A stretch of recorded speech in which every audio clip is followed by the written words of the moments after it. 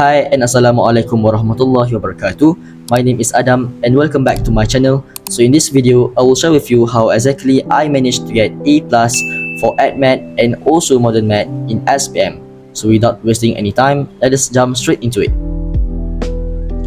So this first strategy that I'm about to share was constructed by my Addmath teacher. So it all started back in 2023 during my mid-year examination, which was the first examination I had as a Form 5 student.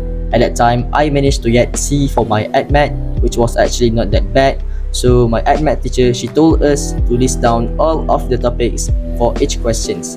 So if you take a look at your exam paper, at the front page, there is a section where teachers used to fill up all of our marks for each questions. So at the right side of the column, there is a small space that we can utilize for this. So right there, we're going to write down all of the topics for each questions. Once you have done that, we're going to repeat the same step at the other exam paper. And once you have done this on both paper 1 and also paper 2, we're going to combine the marks that we got for each topics, and we're going to convert it into percentage. Once you have done this with all of the topics, we're going to list down all of the topics starting from the highest percentage to the lowest percentage. With this, we now have a list that we can clearly visualize and analyze which topic that we have mastered the most and which topic that we need to put extra effort on. Trust me, this list is going to be really useful, especially in the future when you are trying to figure out which topic that you are good with and which topic that you need to put extra effort on. This list is going to be really useful when you are trying to analyze your performance on different topics. For instance, maybe you are good with functions and you are terrible at trigonometry.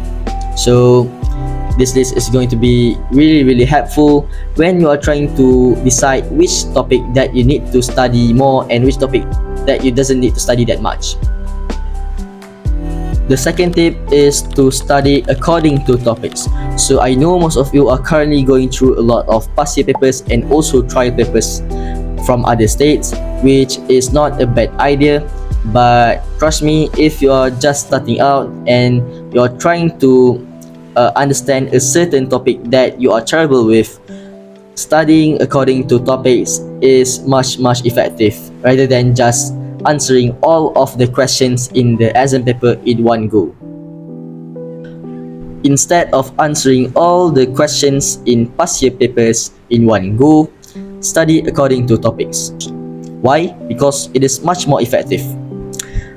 Jumping into a full paper without a solid grasp of certain topics, especially the ones you are struggling with, is the same like jumping into the deep sea before learning how to swim. So what I did was, I will take a look at the list that I have made earlier. Obviously, I'll put extra efforts on topics that I got the lowest percentage for. And for my case, it was trigonometry. So I'll take like 3 to 4 trial papers from other state, and I'll try to look and search for questions that is related to trigonometry. And after I have found all of it, I'll answer all of it in one study session. After I have finished answering all of it, I will take a look at the answer scheme and start to mark my own questions. And then if I stumble upon maybe like any issue related to the question, I will go and ask my subject teachers or even my friends and try to learn what did I do wrong. So this way, you can put a lot more effort on a single certain topic that you are not that good with. And this way, you are not just practicing, but you are building strong foundation topic by topic. And I can guarantee you, if you continue to do this in maybe 2 to 3 months, you'll start to notice significant progress, especially in your academics performance.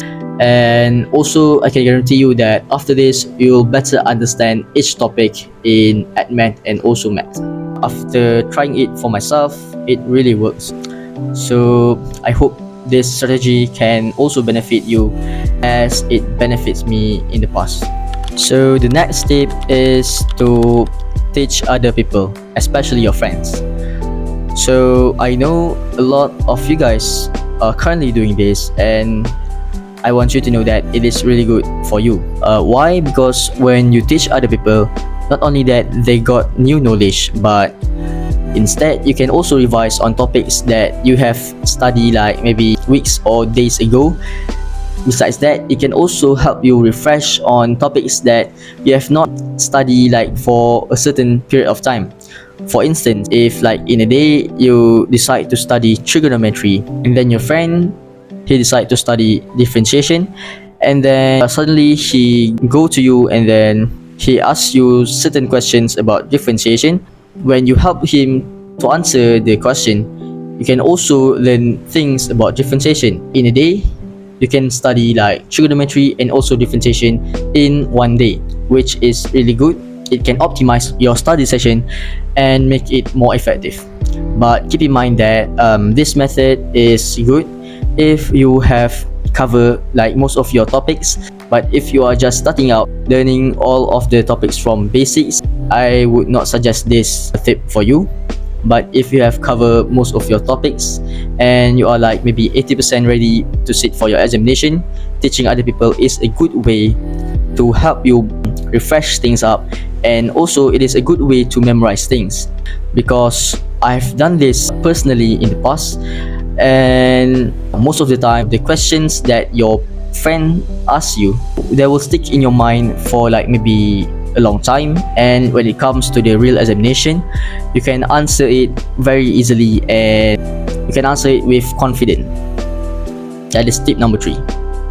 So those are the tips that I have personally used as a straight A student, and I can guarantee you that it really works. So last but not least, I want to remind you that it is not about how much you study, but it is about the quality of your study sessions.